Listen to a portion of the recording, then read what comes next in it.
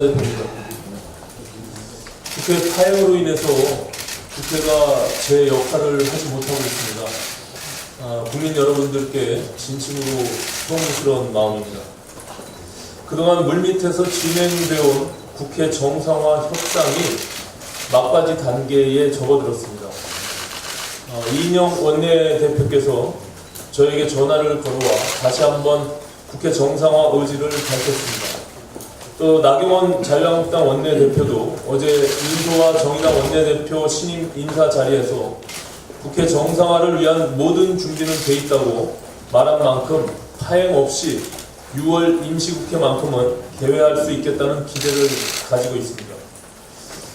그래서 이인영 나경원 원내대표께 공식적으로 제안합니다. 6월 임시국회 의사일정 합의를 위한 교섭단체 원내대표 회담을 조건 없이 개최합시다. 예산결산특별위원회 위원들의 임기가 지난 29일로 끝나서 특위를 새로 구성해야 하는 등 준비할 일들이 많습니다. 따라서 형식은 구애받지 말고 오늘 중이라도 만나서 지긋지긋한 국회 파행에 종지부를 찍었으면 합니다. 원내수석 부대표를 통해서 바로 일정을 조율하겠습니다. 이와 관련해서 청와대와 민주당에 한 말씀 드리겠습니다. 지금은 국정 운영을 책임진 정부 여당이 포용력을 발휘할 때입니다. 이미 골이 깊어질 대로 깊어진 상황에서 야당을 향해 감성 발언을 쏟아내는 것은 아무 도움이 되지 못합니다. 그런 의미에서 국회 정상화 취지에 정면으로 반하는 단독 국회 소집 주장이 나오는 것은 몹시 유감스럽습니다.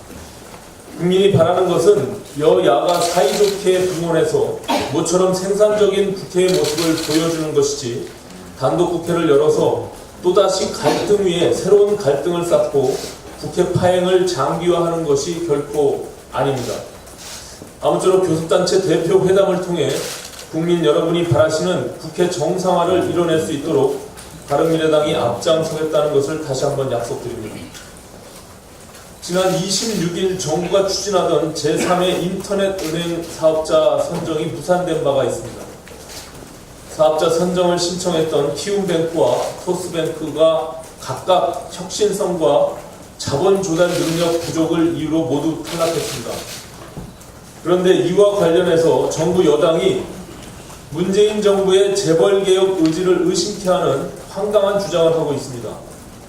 이번 사업자 선정 무산이 높은 진입 장벽 때문이라며 대주주 적격성을 또다시 완화하고 민간 전문가로 구성된 외부 평가위원회의 권한을 축소하는 반개혁적인 정책을 추진하겠다는 것입니다.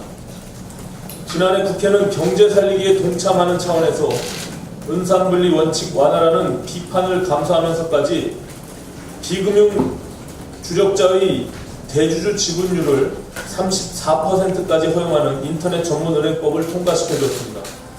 그 대신 최소한의 안전장치를 위해서 최근 5년 내에 공정거래법과 금융관련법 위반, 탈세, 뇌물 등으로 벌금형 이상을 선고받은 기업들의 참여를 제한시켰습니다. 그런데 정부 여당은 지금 이 기준을 또다시 완화하고 사업자 선정 과정에서 민간 전문가들의 평가 대신 정부의 입김을 강화하자는 어처구니 없는 주장을 하고 있습니다. 이는 재벌은행의 탄생과 제2의 론스타 사태를 부르는 위험천만한 발상입니다. 아무리 사정이 다급해도 그렇지 어떻게 부적격 기업들에게 은행을 가질 기회를 주고 이를 위해 민간 전문가의 권한을 축소하고 정부의 입김을 강화하자는 발상을 할 수 있습니까? 지금 인터넷 관치, 재벌, 먹튀은행을 만들자는 것입니까? 이번 사업자 선정은 신기술을 갖춘 ICT 기업들이 기존 인터넷 뱅킹과 차별화할 수 있도록 빅데이터를 활용하는 등 유인책을 제공하지 못하면서 애당초부터 흥행참패가 예고된 일이었습니다. 그 결과 기존 은행들과 차별화 요소가 없거나 아직 안정성이 검증되지 않은 업체들만 참여했다 모두 탈락한 것입니다. 그렇다면 신기술 ICT 사업자들의 참여를 유도하기 위해 규제 완화 방안을 강구하는 게 상식적인 방법입니다. 은행을 만드는데 부적격 기업들에게 문을 활짝 열고 정부 입맛대로 결정하겠다는 반개혁적인 발상을 당장 거두어들일 것을 촉구합니다. 이상입니다.